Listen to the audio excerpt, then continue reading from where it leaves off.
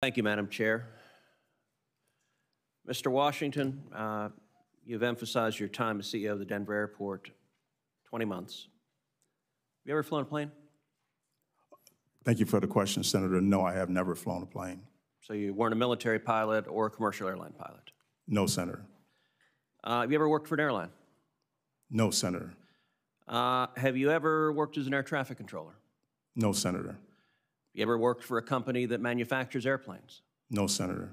You ever worked for a company that fixes airplanes? No, Senator. So for 20 months, you've been in charge of the Denver airport. You're in charge of the airport's buildings, correct? I am in charge of everything that goes on at that airport. Okay. Well, I'm not sure that's exactly right. You're in charge of parking at the airport. Is that correct? How many parking spaces are there at the Denver airport? Thousands. Okay. You're in charge of all the shops and restaurants in the airport. How many restaurants are there in the Denver airport? We have anywhere from 150 to 200 or so. You're in charge of coffee shops and clothing stores and newsstands. You're not in charge of the pilots, are you? No, Senator. You're not in charge of the airplane mechanics, are you? No, Senator. You're not in charge of the air traffic controllers, are you? No, Senator. You know, I look at prior FAA administrators. You and I talked a couple of days ago. I respect your military service. I look at prior FAA administrators. Current acting FAA administrator Billy Nolan was a commercial airline pilot. He worked at multiple airlines in management roles. He has certificates in aviation safety from 3 different institutions, from the U.S. Army Safety Center and the U.S. Naval Postgraduate School. That's under President Biden. Administrator Steve Dixon, under both Biden and Trump, was an Air Force fighter pilot, commercial airline pilot, and executive at Delta Airlines, 40 years of aviation experience. Acting Administrator Daniel Elwell was an Air Force combat pilot, a commercial airline pilot, a senior FAA official, and an aviation industry executive. Administrator Randy Babbitt was a commercial airline pilot for 25 years and served as the president of a labor union for pilots. Those are all people who know something about aviation and safety.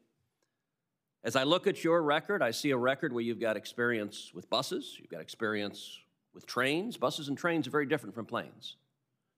My understanding is this administration previously considered you for the board of Amtrak. That could well have been a position you were qualified for, and you might well have received bipartisan support to serve in that role. You know, a lot of discussion, quite rightly, has focused on the horrific crashes of the 737 MAX that took 346 souls from us. Let me ask you, Mr. Washington, what is an angle of attack sensor? The angle of attack sensor is a sensor that is on the front of the plane that controls the tilt and the altitude of the plane. And how many of them are there on a 737 MAX? I believe 2. And what systems are there if there are contradictory signals from the angle of attack sensor?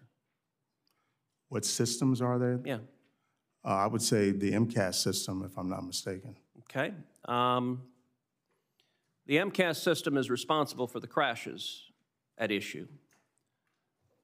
What happens when you get a different reading from 2 different sensors? Can you repeat that question, Senator? What happens when you get a different reading from 2 different angle of attack sensors? Well, I think human reaction needs to take over if that occurs. So why did that not happen on the Lion Air and Ethiopian Air flights? Well, Senator, I'm not a pilot. I don't know if I can answer that particular question. Mr. Washington, I believe you. Huh? But at the end of the day, that's the fundamental problem. For this administration to nominate someone as FAA administrator who can't answer the question, why were 346 people killed in horrific crashes that resulted in the 737 MAX being grounded for a long time, is striking. By the way, Administrator Dixon, after the FAA recertified the 737 MAX, he went and flew it personally. Mm-hmm. Listen, let me be clear, and you and I talked about this. FAA administrator is a specialized position. I'm not qualified to be FAA administrator. I have no idea how to fly a plane. No one in their right mind would put me in charge of aviation safety because I don't have that experience. I suspect most of the members of this committee are in a similar position. The American people, when they think about aviation safety, when they think about, I played in this committee, a Southwest Airlines and FedEx plane almost colliding at Austin's airport. They want an FAA administrator who knows why those planes crash and knows how to fix it to keep them safe. And with all respect, Mr. Washington, it gives no comfort to the flying public that their pilot might be a transgendered witch, but doesn't actually know how to prevent the plane from crashing into the ground and killing them. I believe your record is woefully lacking. And in fact, you have zero aviation safety experience. And I don't believe you'll have the votes for confirmation, as you and I visited about earlier this week.